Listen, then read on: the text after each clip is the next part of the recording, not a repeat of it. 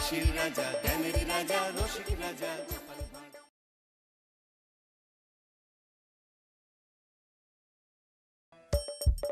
হাসির রাজা, জ্ঞানের রাজা, রসিক রাজা।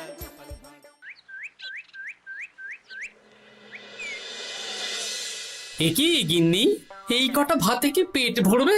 ও যা ভাত আছে না, ওটা বেড়াল ডিগোতে পারবে না। হ্যাঁ, আরে বাবা, আমি আর বেড়াল এক হলো? এই বাড়তি কথা না বলে খাও তো।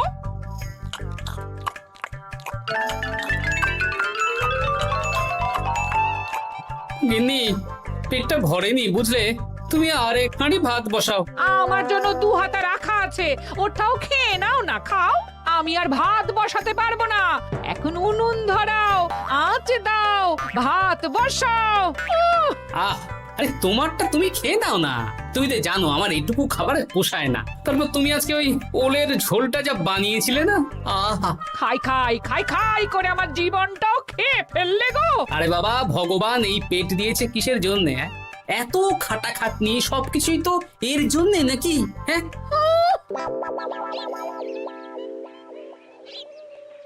দাদু, অনেকদিন ভূতের গল্প শুনিনি, আজকে আমরা ভূতের গল্প শুনবো। বেশ, শোন তাহলে।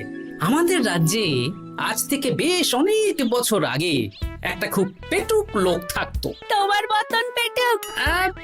বলতে পারিস, কিন্তু ওর গিন্নি ওকে ভালো মতো খেতে দিত না। তাই একদিন না খেয়ে খেয়ে অক্কা পায় আর ভূত হয়ে এদিক সেদিক ঘুরতে থাকে। তারপর কি হলো দাদু? তারপর তো সে এক মজার ব্যাপার। ভূতকে ওর গিন্নি চোখে দেখতে পেত না, তাই সেই পেটুক ভূত কিছুদিন পর থেকে গিন্নির উপর হুজ্জুতি শুরু করলো। কিরকম হুজ্জুতি দাদু? গিন্নি যা রান্না করতো সব চুরি করে খেয়ে নিত। এই এসব উল্টো পাল্টা কথা বলে আমাকে ভয় দেখাতে পারবে না। হ্যাঁ, এই যে তোরা চটপট খেয়ে নে, নইলে তোদের দাদু আবার ভাগ বসাবে রে। খা। আচ্ছা দিদা। এই শোনো না, তুমি আমার জন্যেও আরো কয়েকটা বেগুনি ভাজো। হ্যাঁ, এই তো একটু আগে 4টে বেগুনি আর 1 বাটি মুড়ি দিলাম। হ্যাঁ, আরে সেগুলো তো পেটের কোন কোনায় হারিয়ে গেছে গিন্নি। তুমি ভাবো আমিও হারিয়ে গেছি? বেশি খিদে পেলে নিজে রান্না করে খাও। আর সে তুমি না থাকলে আমি রান্না করেই খেতাম। দিদা, দাদু কিন্তু তোমাকে চলে যেতে বললো। কি বললে? আমি চলে যাব? আরে তাহলে তাই হবে। এই গুলটে, তুই এসব কি বলছিস বলতো? গুছিয়ে বিদায় নিচ্ছি। আরে আরে আরে, কোথায় চলে যেতে বললাম গিন্নি? হয়েছি আর না, আজকে আমি বাপের বাড়ি চলে যাব। হ্যাঁ, এই দেখো, আমি কোথায় চলে যেতে বললাম? তোমার মনের কথা আমি বুঝে গেছি। এই দেখো, থাকবো না এই পোড়ার মুখ সংসারে। লক্ষ্মী সোনা রাগ করেছে। হাওয়া গরম আছে, চল এখান থেকে বেগুনি নিয়ে এখন কেটে পড়ি। এই সামান্য ব্যাপারে রাগ করার কি আছে বলো তো? এবার নিজের সংসার নিয়ে নিজে থাকো। সারাদিন শুধু খাই খাই আর খাই খাই। নাও এবার ঠেলা সামলাও। ভুল করেও আমাকে বাপের বাড়িতে ডাকতে যাবে না বলে দিচ্ছি। যদি যাও তাহলে আমার থেকে খারাপ কেউ হবে না, এই বলে দিলাম। ওগো, তুমি আমায় ছেড়ে চলে গেলে গো, এবার আমি কার কাছে বায়না করবো গো?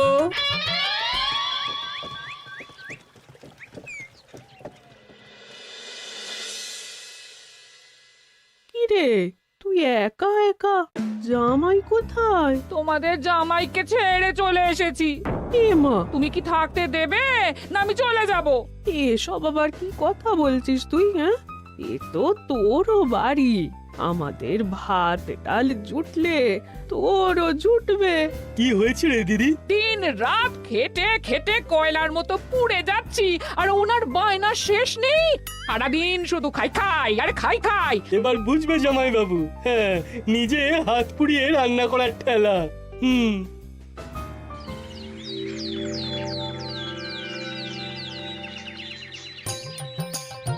গোপাল দাদা, ও গোপাল দাদা, ও গোপাল দাদা, গোপাল দাদা, এ দরজা খোলো, মহারাজ ডাকছেন। এই রে, অনেক বেলা হয়ে গেল। আরে দরজাটা খোলো। যাচ্ছি যাচ্ছি। আরে আজকে তো গ্রামের সেচ প্রকল্প নিয়ে আলোচনা আছে, মহারাজ তাই তোমাকে ডাকছেন। মুখ হাত ধুয়ে যাচ্ছি।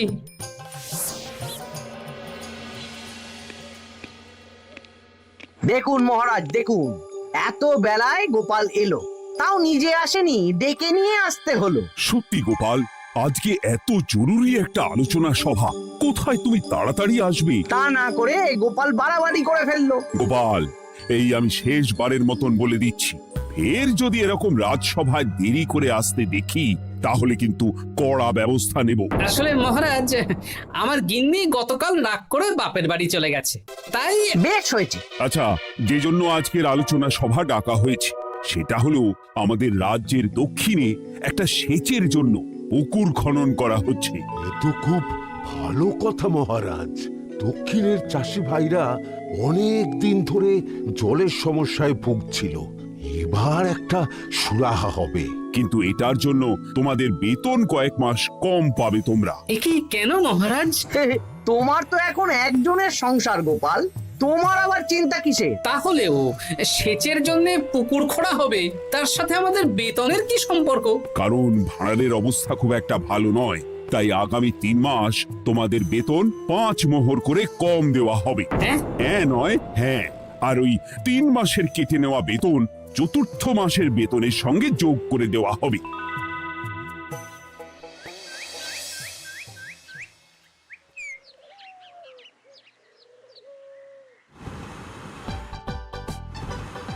কি দাদু, এ তোমার চোখ মুখের কি অবস্থা? কালি ঝুলি মেখে ভূত। কি আর করবো বল, এসব কি আমার কাজ রে? কালকে ভূতের গল্প শোনাচ্ছিলে, আজকে নিজেই ভূত সেজে বসে আছো।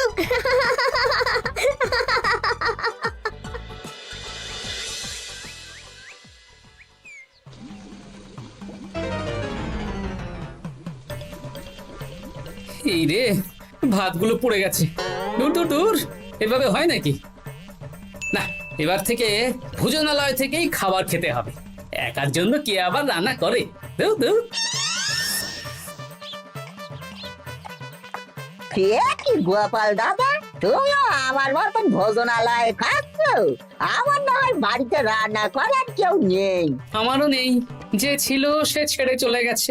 ভাই, আর একটু ভাত দেবে? গোপাল দাদা, ভাত আর হবে না গো, আরো কয়েকজন দৈনিক খদ্দের আসবে, তাদের জন্য রেখে দিয়েছি। তাহলে কি আর করা যাবে? একটু একটু ওই তরকারি একটা শাল পাতায় মুড়ে দে, বাড়িতে গিয়ে মুড়ি দিয়ে খাবো। আচ্ছা, তা দিচ্ছি। তুমি খাওয়া হয়ে গেলে হাত মুখ ধুয়ে নাও। আচ্ছা গোপাল দাদা, গিন্নিমা চলিয়ে গেল কেন? সে তোর গিন্নিমাকে গিয়ে জিজ্ঞেস কর। সেটা জিজ্ঞেস করতেই হবে, তোমার মতো একটা ভালো মানুষকে ছেড়ে চলিয়ে গেছে।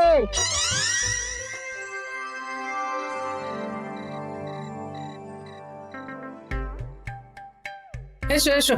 এই নাও ধরো, পুঁটির মা তোমার জন্য কটা রুটি আর তরকারি পাঠালো। শুনলাম তুমি বাইরে ভোজনালয় খাচ্ছ। কি আর করবো বলো, একদিনই ঘর দুয়ারের একই অবস্থা করেছো গো গোপাল দাদা। ওই একার সংসার, এখন আমার কাজের মধ্যে 2, খাই আর শুই। তা গিন্নিমাকে খবর দাও। না না না, খবর দিলে আবার অশান্তি শুরু করবে, বরং তুমি গিয়ে বলো। বেশ, তাহলে কালকে আমি তোমার শ্বশুর বাড়ির দিকে সার কিনতে যাব, না হয় গিন্নিমাকে আমিই খবর দিয়ে দেবো।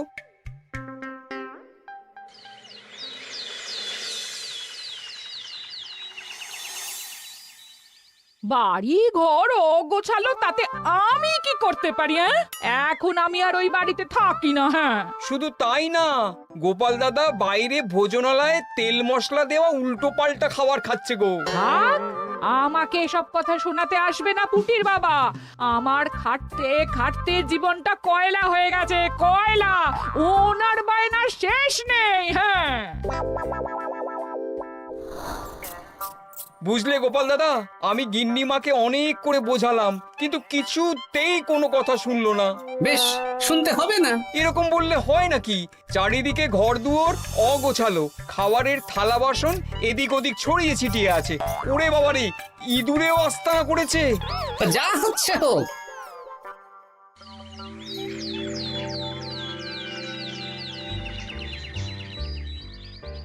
ভোলা, আটটা কচুরি দাও তো, ঝটপট খেয়ে রাত সভায় চলে যাব।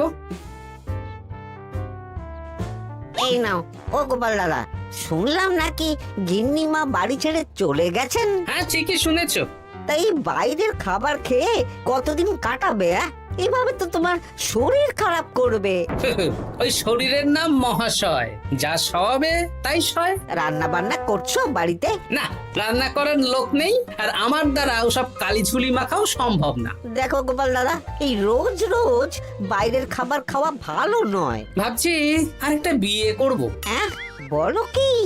গিন্নিমা জানলে তো? জানলে জানুক, ও তো এখন আর আমার কেউ নয়। গোপাল দাদা আরেকটা বিয়ে করবে? না না না না না, গিন্নিমাকে বলতেই হবে ব্যাপারটা।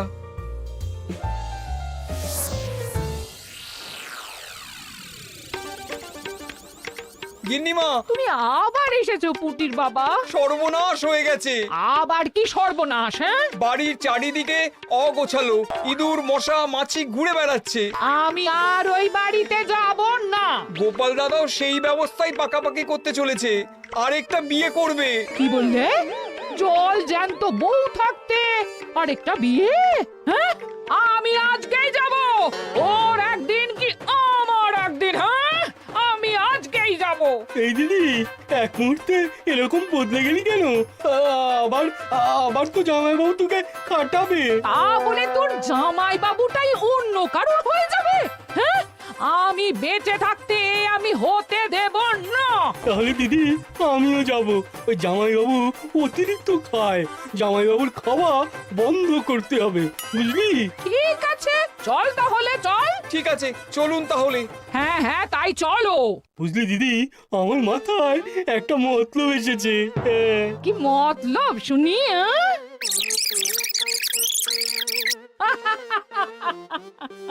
এই বেশ তো বেশ, এতে যদি তোর জামাই বাবুর অতিরিক্ত খাওয়া কমে তাহলে তো ভালোই কথা। হ্যাঁ, কিন্তু খুব সাবধান, গোপাল দাদার নজর কিন্তু বাজ পাখির নজর।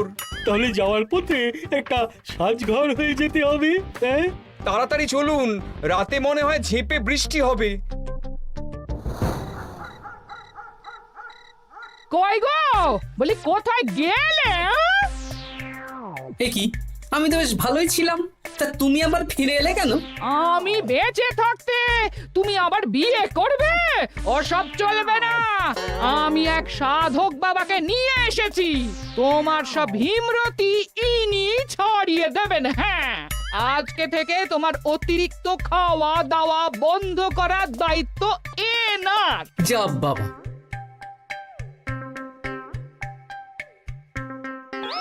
কি করেছো গো? হ্যাঁ, ঘর দুয়ার তো পুরো শ্মশান হয়ে গেছে গো। এখন আবার তোমার ঘর তুমি পরিষ্কার করো। সে করছি, তুমি যাও বাজার করে নিয়ে এসো। ভোলার দোকান থেকে বেশি করে ছানা আনবে, আর রাতে ছানার বড়া করে তরকারি বানাবো। হ্যাঁ, আহা, কতদিন খাইনি, এক্ষুনি যাচ্ছি। তাড়াতাড়ি যাও, তাড়াতাড়ি যাও, মেঘ ডাকছে, রাতে বৃষ্টি হবে। আমি এই ঘর গুছিয়ে রান্না বসাচ্ছি গো। বলো কি গোপাল দাদা, গিন্নিমা ফিরে এসেছেন? হ্যাঁ, সকালে তোমার দোকানে বলেছিলাম না বিয়ে করব, সেটা নিশ্চয়ই কেউ শুনে গিন্নির কানে দিয়েছে। ব্যাস, ঘরের বউ ঘরে চলে এলো। সকালে যখন তোমাকে আমি ওই কচুরি দিচ্ছিলাম, তখন তো ওই পুটির বাবাকে দোকানের সামনে দিয়ে হেঁটে যেতে দেখেছিলাম। তাহলে পুটির বাবাই খবর দিয়েছে, ভালোই হয়েছে। যাই হোক, আমাকে ওই 500 গ্রাম মতো ছানা দাও তো, গিন্নি ছানার বড়া দিয়ে তরকারি করবে। ভালো তো, ভালো তো, তোমরা ওই কর্তা গিন্নি একসাথে খাবে। আবার কোন সাধককে নিয়ে এসেছে যে আবার খাবার খাওয়া নিয়ন্ত্রণ করবে? দেখো কি করে তোমাকে সামলায়। এই নাও।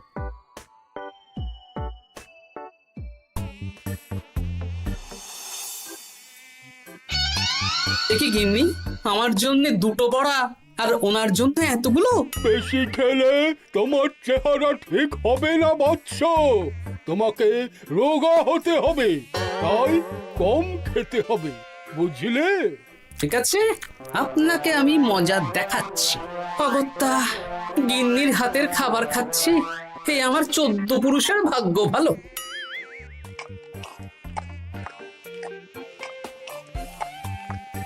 বাবা, আপনাকে আরেকটু তরকারি দিই বাবা? দে মা, দে। আমাকে দাও। একদম না, বলেছি না তোকে রোগা হতে হবে। হ্যাঁ, কি মশা রে তোদের বাড়িতে। আরে রে নকল গুফ, মশা যাওয়ার আগে আপনাকে আমি তাড়াবো। এই কদিন চারদিকে সব ছড়িয়ে ছিটিয়ে নোংরা করেছে, মশা মাছি এত তাড়াতাড়ি যাবে না। হ্যাঁ, আমার খাওয়া হয়ে গেছে, আমি উঠলাম। আপনি ভালো করে খান কেমন?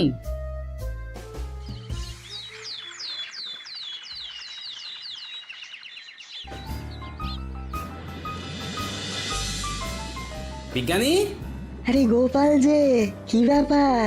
একটা সাহায্য চাই বিজ্ঞানী। বলো বলো, আমি কি করতে পারি? কয়েক টুকরো বরফ বানিয়ে দিতে পারবে? তা পারবো, কিন্তু এখন হবে না। তুমি বরং সন্ধেবেলার পর নিয়ে যেও, কেমন? খুব উপকার করলে বিজ্ঞানী। আমি ওটা বিশেষ মোড়কে তোমায় দেব, যাতে গলে না যায়। ধন্যবাদ বিজ্ঞানী, এখন তাহলে আসি। ভালো করেছিস বাবা, যা মশার উৎপাত, মশারি ছাড়া ঘুমোনো যাবে না। কথায় আছে সেবাই পরম ধর্ম, তাই একটু ধর্মকর্ম করছি আর কি। আপনি ঘুমিয়ে পড়ুন, আমরা ওই ঘরে গেলাম। হ্যাঁ,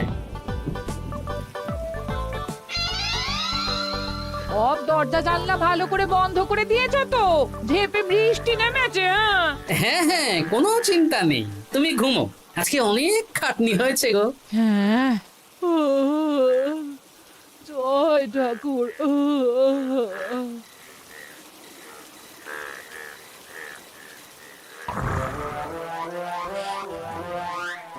এই তো গিন্নিও ঘুমিয়েছে, এবার আসল কাজ শুরু হবে।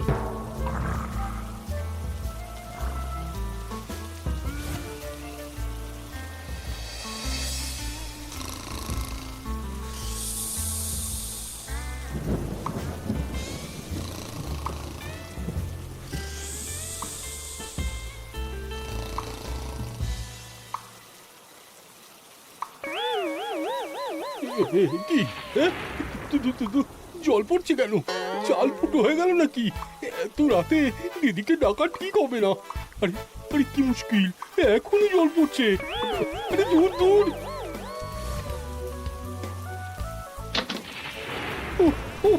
বাপ রে বাপ।